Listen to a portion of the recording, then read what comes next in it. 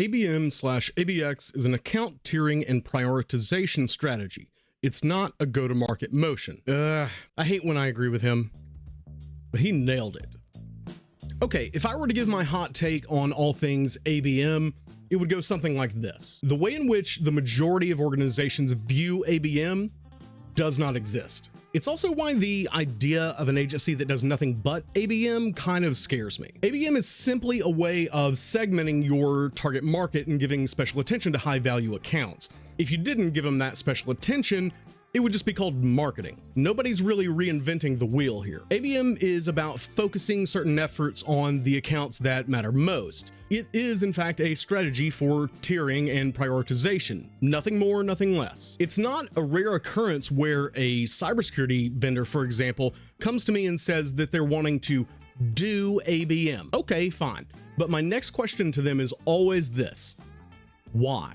I always ask this to get a better idea of exactly how they're defining ABM and how they look at it. Because a lot of times you'll find that it's a very narrow focus. It's not really a holistic approach. And that's what can get you in trouble if it's your primary go-to-market motion. And in most cases, their answer tells me everything that I need to know. Too many companies treat ABM as a standalone go-to-market motion. And the problem is that you end up neglecting a lot of important things, which in turn leads to a lot of problems. Too narrow of focus, missed brand awareness, inefficiencies in resource allocation, scalability issues, trying to cram all of your buyers down the same funnel, which doesn't respect their actual buyer journey, whatever that turns out to be. I've seen this a lot in cybersecurity. For example, they'll slap the label ABM on everything and expect miracles. And that's just not how this works. Because let me tell you, it's not that simple. Okay, so let's talk about a more practical application of all of this in action. So considering the space that I'm most familiar with, let's talk about how this applies specifically to cybersecurity vendors, for example. And if you're in another industry, stay tuned.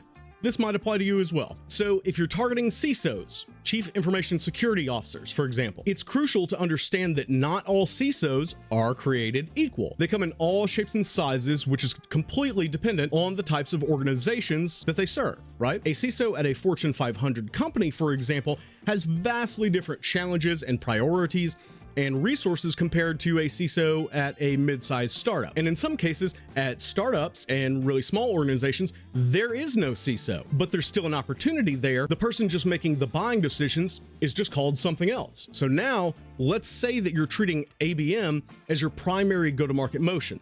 Can you see the problem here? CISOs and cybersecurity decision makers vary greatly depending on the size and type of the organizations. We've already covered that. And if you're making ABM just part of this one-size-fits-all motion, it completely ignores this diversity. ABM should be used to tailor your efforts to high-priority accounts, while your primary go-to-market motions address the varying needs of a much broader market. See, and this is where a lot of organizations get in trouble, especially at early stages. Yes, you should have an ABM strategy to prioritize your accounts, but if it's your only means of going to market, what happens when you burn through those accounts? A lot of marketing teams think that they're doing ABM, but in actuality, they're just taking the normal marketing that they're doing and just directing that at a list. Maybe those particular accounts aren't in market right then, which is extremely likely and going to be the case in the vast majority of scenarios. Maybe there aren't enough accounts in your list to sustain the kinds of outbound efforts that you're wanting to put forth. The list goes on and on and on. That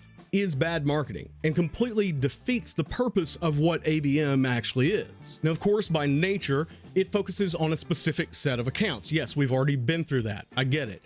But without a broader marketing effort, you risk being completely invisible to potential customers that aren't on those lists. Are we starting to see how when you go all in on ABM and nothing else, there's a problem? What it does is just narrow your focus way too much. And here's the thing, this approach does not scale. It doesn't scale when you want to expand rapidly or enter new markets. Starting to ring a bell? Well, it might be if you're unfortunately at some VC-backed startup that's going to be down your throat about growth at all cost, because this kind of narrow focus is going to set you back a lot when it comes time to scale, and when it comes time to close accounts, and at the end of the quarter when all of your marketing and sales team are starting to sweat a lot, and when your CEO or founder's tone starts to change a little bit and get a little more frustrated. We've all been there. It happens. Cybersecurity, and honestly most industries for that matter, are really vast fields with really diverse needs. If you concentrate on a few high-value accounts and that's it, you don't have anything to fall back on. And if you don't have anything to fall back on, you're going to lose. Think of it this way. It's the same thing as